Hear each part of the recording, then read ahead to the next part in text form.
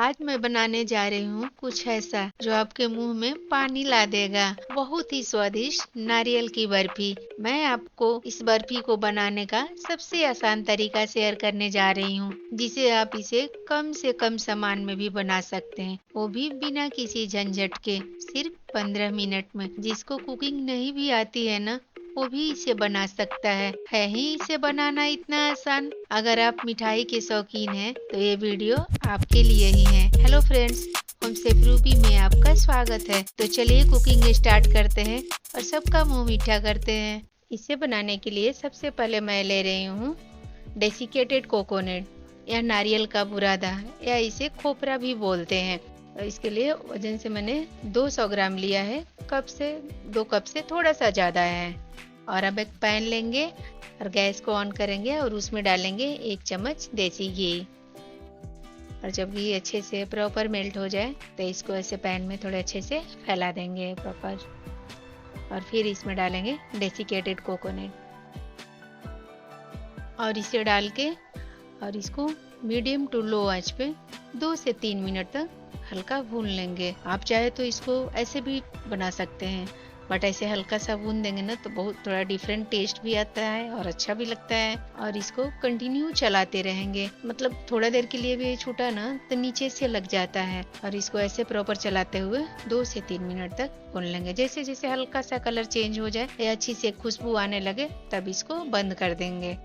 और जब गैस को बंद करने के बाद भी इसको कंटिन्यू चलाते रहेंगे, नहीं तो पैन गरम रहेगा ना, यदि आप छोड़ देंगे ना तो देखिए नीचे से कैसे हल्का हल्का लग रहा है ना, वैसे लग जाएगा। इसलिए मैं इसको कंटिन्यू चला रही हूँ। आप भी इस बात का खास ध्यान रखिएगा कि जब तक पैन ठंडा नहीं हो तब तक इसको कंटिन्यू चलाते रहना है। तो अभी मेरा पैन हल्का ठंडा हो गया है, तब इसको मैं साइड में रख रही हूँ।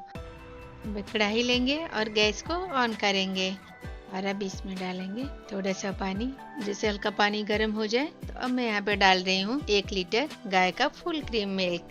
आप चाहे तो इसकी जगह पे भैंस का भी मिल्क ले सकते हैं, कोई भी मिल्क। यदि फुल क्रीम मिल्क लेंगे तो थोड़ा मिठाई वगैरह जो भी है अच्छा बनता है, तो आप कोशिश करें कि मिल्क फुल क्रीम ही हो। और फिर जैसे एक उबाल आ जाए तो थोड़ा सा मिल्क निकाल लेंगे। मैं यहाँ थोड़ा सा मिल्क निकाल रही हूँ इसमें केसर भिंगाने के लिए।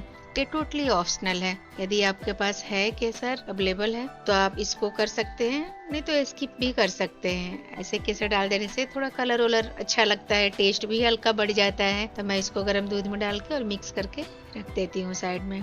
और हमारा दूध भी इधर उबल रहा है। हमको ना इसे उबाल के आधा कर लेना है। मैं यहाँ 200 ग्राम कोकोनट के लिए 1 लीटर मिल्क का यूज कर रही हूँ। यदि आपके पास मिल्क की क्वांटिटी थोड़ा कम है तो भी उसमें बना सकते हैं, कोई प्रॉब्लम नहीं। और दूध को तब तक उबालना है जब तक ये आधा ना हो जाए। तो देखिए मिल्क मेरा अच्छे से प्रॉपर उबल गया है और ऑलमोस्ट आधा हो गया है। तो अब इसमें डालेंगे अपने मीठा या टेस्ट के अकॉर्डिंग शुगर। मैं यहाँ पे 200 ग्राम कोकोनट के लिए करीब 1 कप से थोड़ा सा कम शुगर का यूज कर रही हूँ। आप मीठा अपने अकॉर्डिंग थोड़ा सा कम ज्यादा कर सकते हैं। यदि कम खाते हैं तो 1-2 चम्मच घटा भी सकते हैं, या यदि आपको ज्यादा मीठा पसंद है तो 1-2 चम्मच बढ़ा भी सकते हैं। ऐसे मैं जब भी बनाती हूँ तो 200 ग्राम कोकोनट और 1 लीटर मिल्क के लिए मैं 1 कप से थोड़ा सा कम शुगर रखती हूँ। मतलब वजन से बोलिए तो 200 ग्राम से कम ही रहता है। और अब शुगर हमारा अच्छे से मेल्ट हो गया है, एक उबाल भी आ गया है मिल्क में। तो अब इसमें डालेंगे अपना रोस्ट किया हुआ कोकोनट।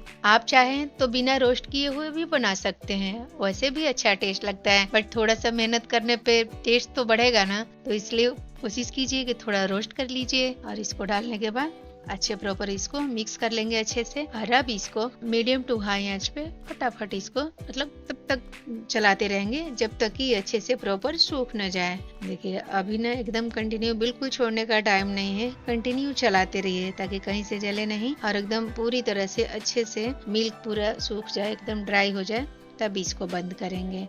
तो देखिए अभी सूख गया है। अब मैं यहाँ पे डाल रही हूँ अपना केसर वाला मिल्क। देखिए इसको डालने के बाद ना कलर इसका बहुत अच्छा आता है। तब इसको डालने के बाद अच्छे से प्रॉपर मिक्स करके, ताकि हमारा जो भी मिक्सचर है ना उस पे प्रॉपर अच्छे से मिक्स हो जाए और एक अच्छा सा कलर निखर गया है। और इसको कंटिन्यू चलाते हुए एकदम ड्राई कर लेंगे। आप चाहे तो इसमें बारीक चॉप करके ड्राई फ्रूट्स भी डाल सकते हैं, जो भी ड्राई फ्रूट्स आपको पसंद है वो डाल सकते हैं। मैं अपना एक्सपीरियंस बता रही हूँ कि मुझे सिंपल ही अच्छा लगता है। देखिए अभी हल्का हल्का लग रहा है गीला, देखिए एकदम पूरी तरह से अच्छे से सूख जाना चाहिए। अभी हो गया है, तो अब गैस को मैं बंद कर रही हूँ। और अब यहाँ पे लिया है मैंने 5-6 हरी वाली इलायची, और अब इसके छिलके हटा के और इसको कूट लेंगे। यदि आपके पास इलायची पाउडर है तो वो भी डाल सकते हैं। और इसको ऐसे बारीक कूट के, देखिए इस तरह से मैंने कूट लिया है। तो अब इसको डाल देंगे ताकि एकदम अच्छे से इलायची का फ्लेवर एकदम टेस्ट बढ़ जाए। और इसको डाल के और अच्छे से मिक्स कर लेंगे।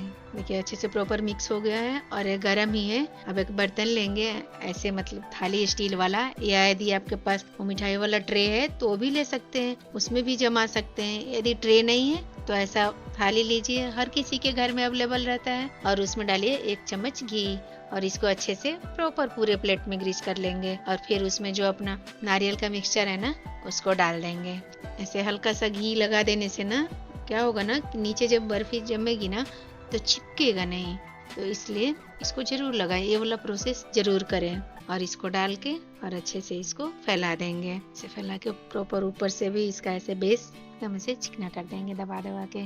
आप चाहे तो ऐसे इसकी जगह पे भी बारीक चॉप करके, बहुत लोग ऐसे डालते हैं डेकोरेट करने के लिए, बारीक पिस्ता ऐसे चॉप करके डाल सकते हैं। मैं यहाँ पे थोड़ा सा नारियल का बुरादा छिड़क रही हूँ, बट इसकी कोई जरूरत नहीं है, बट थोड़ा अच्छा लगे इसलिए मैं डाल रही हूँ। आप चाहे तो थोड़ा सा पिस्ता या काजू या बादाम कोई भी है एकदम बारीक चॉप करके ऐसे ऊपर से डाल देंगे ना, एकदम बहुत अच्छा लगता है, मार्केट जैसा लगेगा। और फिर इसको ऐसे डालने के बाद इसको फ्रिज में 10 से 15 मिनट के लिए सेट होने के लिए रख देंगे।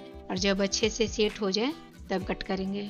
देखिए ऐसे जैसे बर्फी कट करते हैं ना स्क्वायर शेप में, वैसे इसको कट कर लेंगे। ऐसे मैंने थाली में जमाया है ना राउंड शेप में, तो थोड़े 1-2 बर्फी इधर उधर होंगे, बट यदि आपके पास ट्रे है उसमें जमा देंगे तो एकदम प्रॉपर अच्छे से निकलेंगे। देखिए इसको इस तरह से कट कर लेंगे। देखिए मैं आपको निकाल के दिखाती हूँ, मैंने थोड़ा जल्दी ही निकाल दिया था। यदि आपको लगे ना कि पूरी तरह से नहीं जमा है तो 5 मिनट और भी फ्रिज में इसको रख सकते हैं, बट मेरा भी जम ही गया है। तो देखिए लग रहा है ना मार्केट जैसा नहीं, मार्केट से भी बेटर। मार्केट में तो ऐसा बिल्कुल नहीं मिल सकता इतना फ्रेश। तो आप लोग एक बार इसको जरूर ट्राई कीजिए। है ना इसे बनाना कितना इजी, आप सबने देखा ना, तो आप लोग एक बार इसको जरूर ट्राई कीजिए। देखिए ऐसे देखते ही खाने का मूड हो रहा है, और कुछ खास चीज भी नहीं लग रहा है इसमें, सिर्फ मिल्क, नारियल और शुगर लीजिए और फटाफट बना लीजिए। तो आप लोग एक बार इसको जरूर ट्राई कीजिए मेरे स्टाइल से, और अपनी फैमिली और फ्रेंड को एक बार जरूर खिलाइए। उनको इतना पसंद आएगा ना कि वो बार बार आपके यहाँ नारियल की बर्फी खाने आएंगे। और ऐसे ही बहुत सारी रेसिपीज के लिए हमसे रूबी को सब्सक्राइब कीजिए। और यदि आप लोग को मेरी रेसिपी अच्छी लगती है तो प्लीज एक लाइक जरूर कीजिए। मिलती हूँ नेक्स्ट रेसिपी के साथ। Thank you, bye bye.